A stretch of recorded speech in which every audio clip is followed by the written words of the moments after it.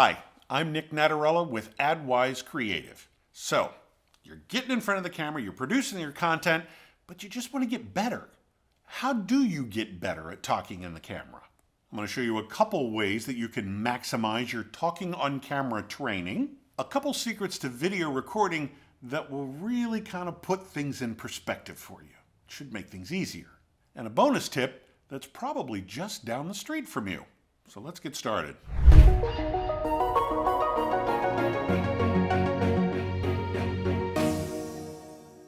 So you've been cranking out content. You regularly step in front of the camera and you can talk and everything's going fine, but you feel that there's some room for improvement or you want to improve. How do you make your presentation better, stepping in front of the camera and talking to this little black circle that's not giving you anything? I get it. I totally get it.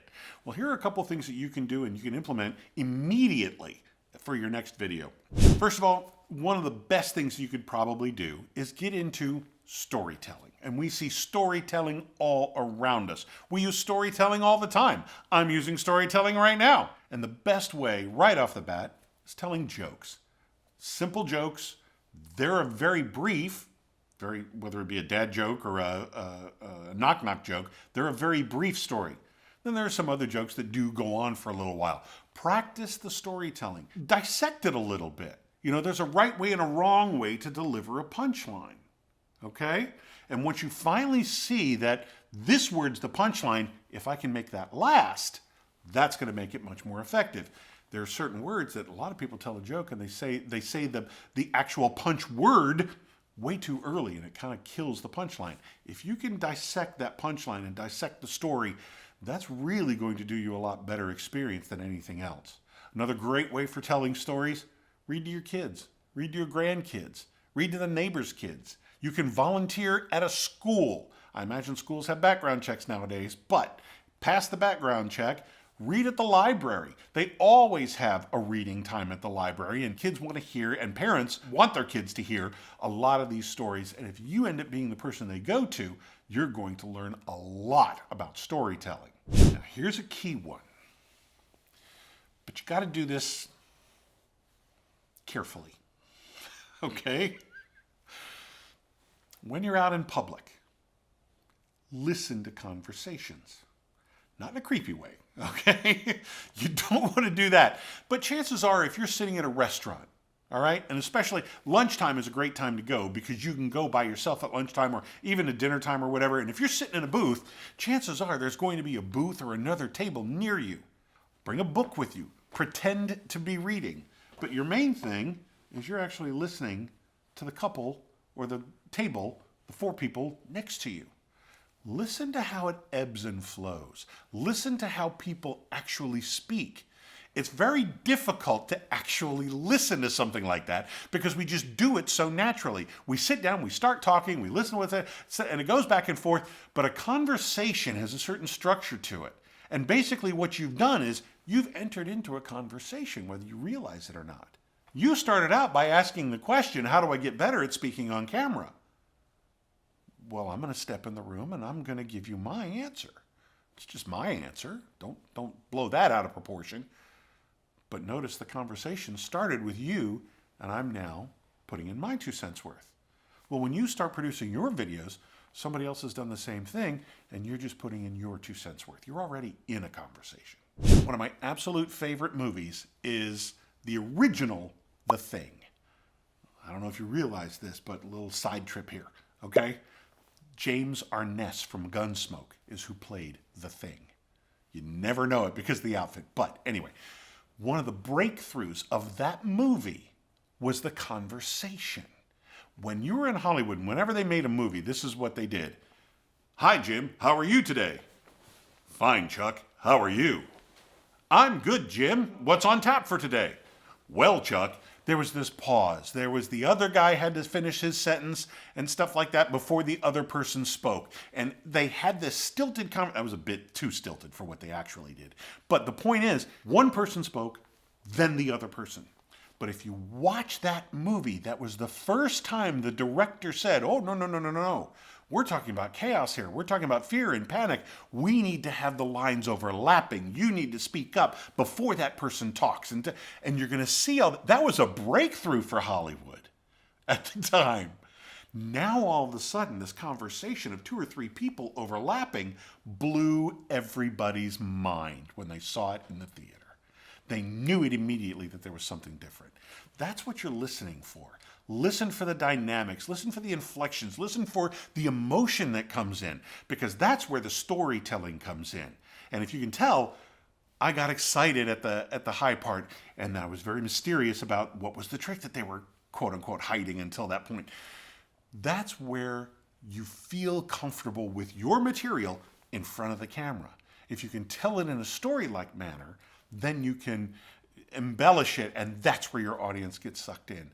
And when you can make that connection, that emotional connection with your viewer, then you've got it made. Is this making sense? Is this starting to fall into place? Is this helping at all? Let me know.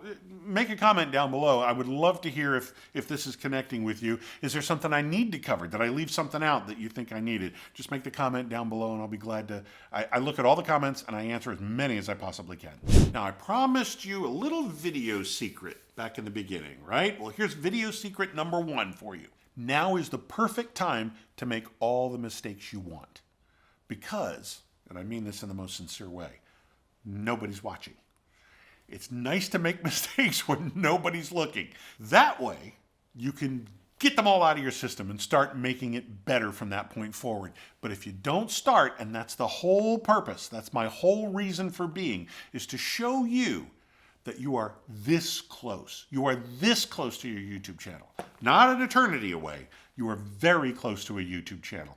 All you have to do is get started. From the starting point is where you improve. If you never press record, if you always have to buy another piece of gear, or if you're just going to be scared in front of the camera, you'll never get started. Once you start, then we can talk about improving. And that's why you're here, right? You asked about how to improve and get better in front of a camera. And here's the thing I told you that was going to put everything into perspective, okay? While you're recording and you make a mistake, you flub, or you don't remember what you were going to say next, or there was like this 3-minute pause trying to get back on track. Here's the trick. You're going to edit that out, and nobody's going to see it. There are so many times when I tell a client or customer that when we sit down and start talking about filming, they're like, oh, and you can tell that they start getting really tense and tight. And I go, look, if you make a mistake, we'll just edit it out. We'll delete it. We'll cut it. Delete's a very powerful word. And when you tell somebody you're going to delete it, they, oh yeah, I guess you are, aren't you? I'm like, yeah, dude, this is not live. Don't worry about it, okay? Make all the mistakes you want. Remember, like I said, there's hardly anybody watching your channel, so that's no big deal. And the other thing is, it's not even going to be there for them to see. We're going to edit it out. You'd be surprised how people just go, oh, yeah, and now they got nothing to worry about.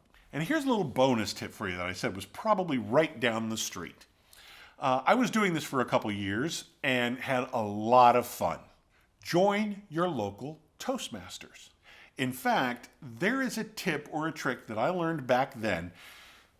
They literally count your ums. If you give a speech or do a presentation at Toastmasters, they're going to check and make sure that you are saying exactly what you mean to say, and that you're not throwing in those little things to take you off track. I've been doing something else instead. I caught myself saying so and okay and little stuff like that I'm going to be editing out. So hopefully you're not going to hear a lot of those in this particular video. But if it weren't for Toastmasters, I wouldn't have caught that today. I haven't been to Toastmasters in many years, but the training is invaluable.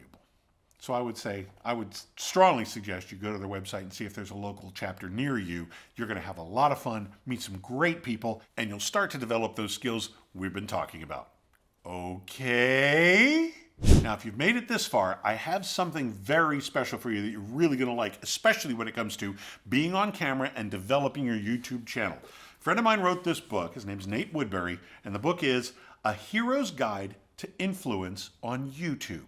This covers everything on how to create and turn your YouTube channel into customers and clients. I've got a link down below. Now, this link is not an affiliate link. Nate has given me permission to get you a copy for the price of shipping and printing. And let me tell you, I know that's a little bit different. The reason why is because this is not your average book. Let me show you this. It is a full color labor of love that he has developed over 2 years that talks about everything you're going to need to learn about setting up your YouTube channel, getting it up and running, and being successful at it. So order your copy today. Again, it's not an affiliate link, not for me, not for him. He's not even making any money off of it. Shipping and printing only. I'm Nick Natarella. Thank you for watching.